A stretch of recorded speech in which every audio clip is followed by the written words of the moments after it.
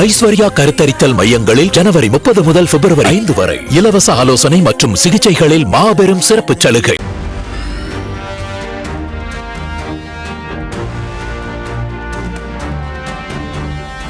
தமிழகத்தில் வாக்காளர் பட்டியலில் பெயர் சேர்க்க கால அவகாசம் நாளையுடன் முடிவடைய இருந்த நிலையில் மேலும் 10 நாட்கள் நீட்டிக்கப்பட்டிருக்கிறது.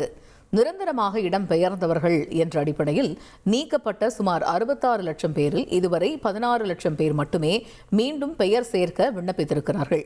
இறுதி வாக்காளர் பட்டியல் அடுத்த மாதம் 17ஆம் தேதி வெளியிடப்பட உள்ளது. இது பற்றி விவரிக்கிறார் எமது செய்தியாளர் Ramesh. Over to you Ramesh. தமிழகத்தில் எஸ்ஐஆர் அதாவது வாக்காளர் பட்டியல் சிறப்பு தீவிர திருத்த பணி நடைபெற்றது நம்ம எல்லாருக்குமே தெரியும். இந்த எஸ்ஐஆர் பணி முடிந்ததற்கு பிறகு தேர்தல் ஆணையம் வரைவு வாக்காளர் பட்டியலை வெளியிட்டிருந்தாங்க. இந்த வரைவு வாக்காளர் பட்டியலில் சுமார் 97 லட்சம் வாக்காளர்களுடைய பெயர் இடம்பெறலை.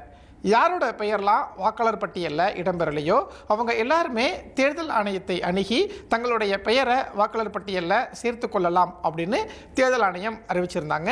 டிசம்பர் 19ஆம் தேதி முதல் ஜனவரி 18ஆம் தேதி வரை அதற்கான அவகாசம் கொடுக்கப்பட்டிருந்தது.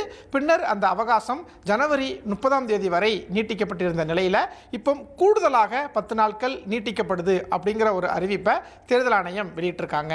இந்த சூழலில் இன்னைக்கு வரைக்கும் 16 லட்சம் பேர் தேர்தல் ஆணையத்தை அணுகி எங்களுடைய பெயரை வாக்காளர் பட்டியலில் சேர்க்கணும் அப்படிங்கிற ஒரு விண்ணப்பத்தை கொடுத்துருக்காங்க.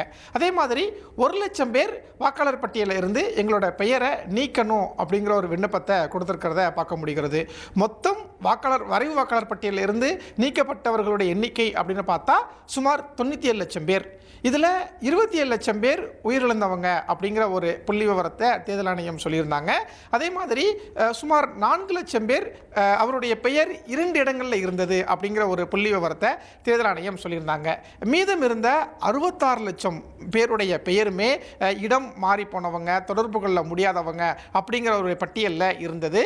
அதனால் இந்த 66 லட்சம் வாக்காளர்களுடைய எண்ணிக்கையில் எத்தனை பேர் விண்ணப்பிக்க போகிறாங்க அப்படிங்கிற ஒரு எதிர்பார்ப்பு அதிகம் இருந்த நிலையில் இன்று வரைக்கும் தேர்தல் ஆணையத்தை அணுகி 16 லட்சம் பேர் மட்டுமே தங்களுடைய விண்ணப்பத்தை கொடுத்துருக்காங்க. இன்னும் 50 லட்சம் பேர் தேர்தல் ஆணையத்தையே அணுகலை அப்படிங்கிறது இங்கே முக்கியமான ஒன்றாக பார்க்கப்படுகிறது. கூடுதலாக 10 நாட்கள் அவகாசம் தேர்தல் ஆணையம் கொடுத்துருக்கிறதுனால வரக்கூடிய நாட்களில் தேர்தல் ஆணைய அலுவலர்களை அணுகி யாரெல்லாம் வாக்காளர் பட்டியலில் பெயரை சேர்க்கணுமோ அவங்க தங்களோட பெயரை சேர்த்துக்கலாம் அப்படிங்கிற ஒரு அறிவிப்பையும் தேர்தல் ஆணையம் சொல்லியிருக்காங்க. இந்த பணிகள் எல்லாம் நிறைவடைந்து பிப்ரவரி 17ஆம் தேதி இறுதி வாக்காளர் பட்டியல் வெளியாகும். அந்த இறுதி வாக்காளர் பட்டியலில் தமிழ்நாட்டில் மொத்தம் வாக்காளர்களுடைய எண்ணிக்கை எவ்வளவு அப்படிங்கிற விவரம் எல்லாம் தெரிய வரும். விரிவான விவரங்களுக்கு நன்றி ரமேஷ்.